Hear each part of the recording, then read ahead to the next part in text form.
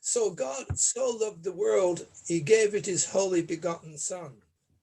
And if there's ever been a statement from the Bible that has been misunderstood and misinterpreted, that's got to be the one.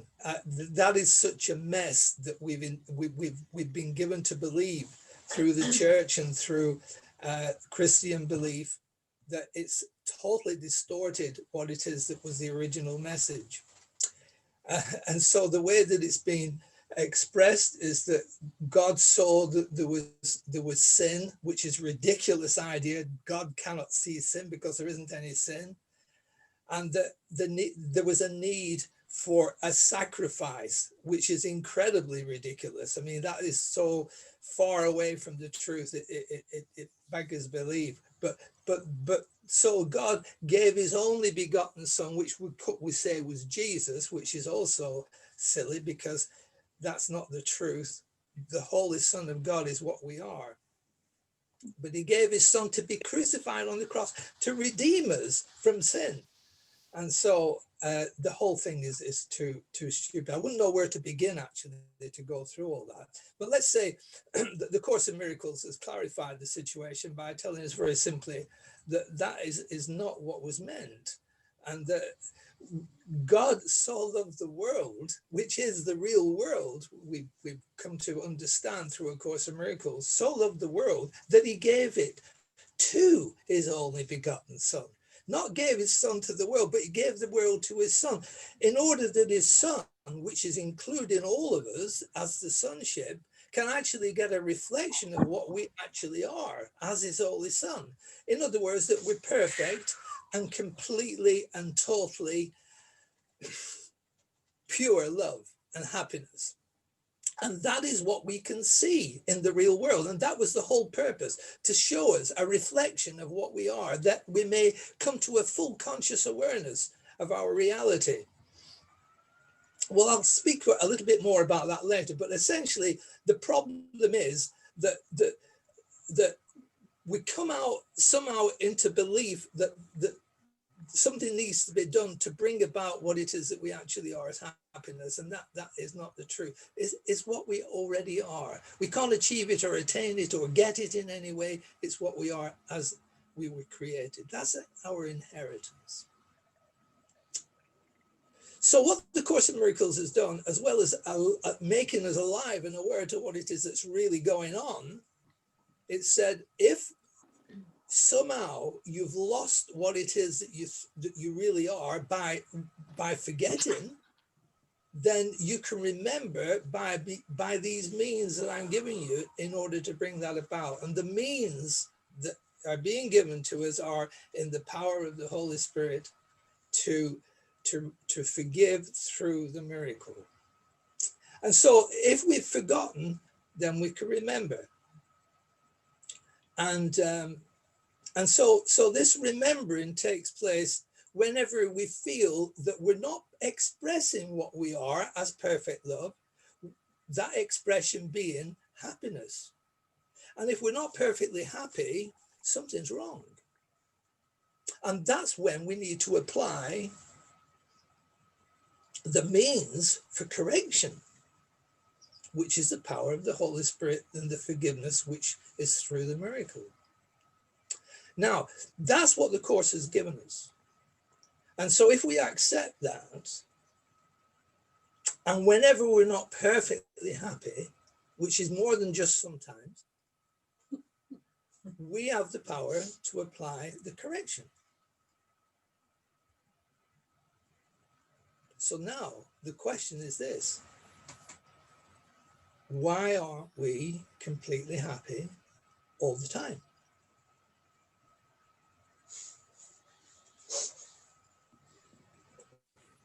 It's a good question.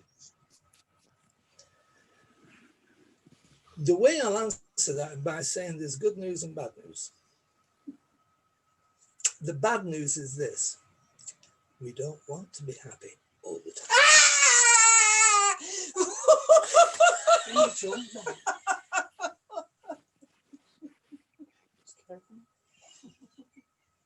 I'm not altogether certain that I can interpret that, but it does sound like an exclamation of the fact that we are not happy and we don't want to be happy. Well, why don't we want to be happy? Well, because we've created an image of ourselves that could never, ever withstand the power of happiness. Because happiness is real. It's an expression of what we are as love. But the image isn't real. So the two can't live together. Happiness will totally destroy that image if we're to let it in. Oh, yeah. But the thing is, we know this and we don't let it in. And everybody has had an experience at some time in their life of feeling the power of real happiness coming to them and somehow managed to avoid it, to run from it in terror. I've actually had the experience of that physically, getting up from meditation when that was offered to me and running a mile to escape from it. It's so powerful. The need to actually preserve the image is so incredibly powerful that we will turn away from our own salvation in order to do that. That's crazy, absolutely insane, but that's what it is that we do. Okay, that's bad news. Okay. So what's the good news? We need some. The good news is that it's not real.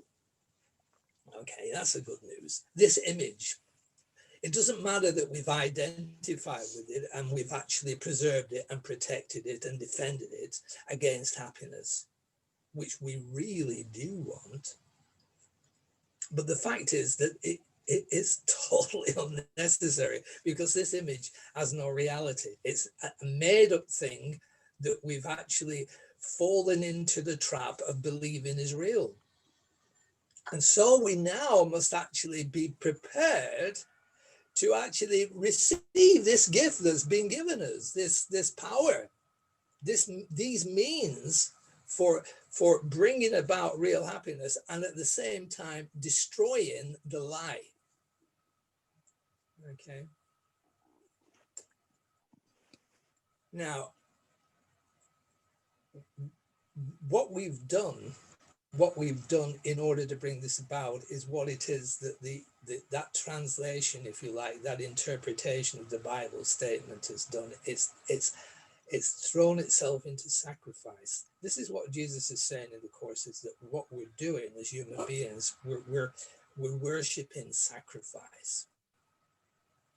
So we now have to make another kind of sacrifice in an illusion, sacrifice in pain and suffering and death that is all around us.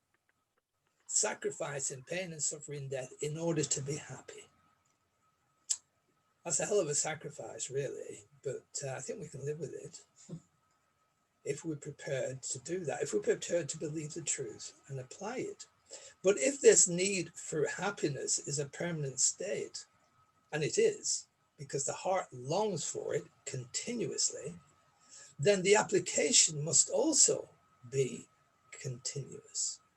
That means that we must allow ourselves to utilize this power within us that is only too willing to give us the grace of God and the forgiveness and the healing that takes place when we apply the miracle on a continuous basis. So now we're not looking for a miracle now and again. We're looking for miraculous, the miracle mind, and being in a place of miracle mindedness. Being in miracle mindedness then says, I want the will of God for my perfect happiness all the time. Not just a glimpse, but all the time. And I don't want to preserve an image of myself that is not real and defies the possibility of me ever being happy. So I give myself to that, and that gift of giving yourself completely to that is called God consciousness or miracle mindedness or living in the house of the Lord. But that's what we need to do to be really, really completely responsive to this gift that has been given us. God so loved the world, he gave it his only begotten Son. Now, we all want that real world. But this is the tricky part, because what we want it for is so we can be happy. But it doesn't work that way. The real world is a reflection of what it is that we are. And what we are is perfectly happy. We are perfectly happy. It's not something we can attain or achieve or get. It's already there as an expression of what we are as we were created, as love. So, in order to see this real world, which will affirm what it is that we are, we have to be what we are. We have to be real to see that which is real. Now, when we apply these means, then we have to accept these means, and these means that give us what it is, a remembrance of what it is that we really are. And the way we do that is by simply accepting. Acceptance is all that can be asked of us, for what we are is certain.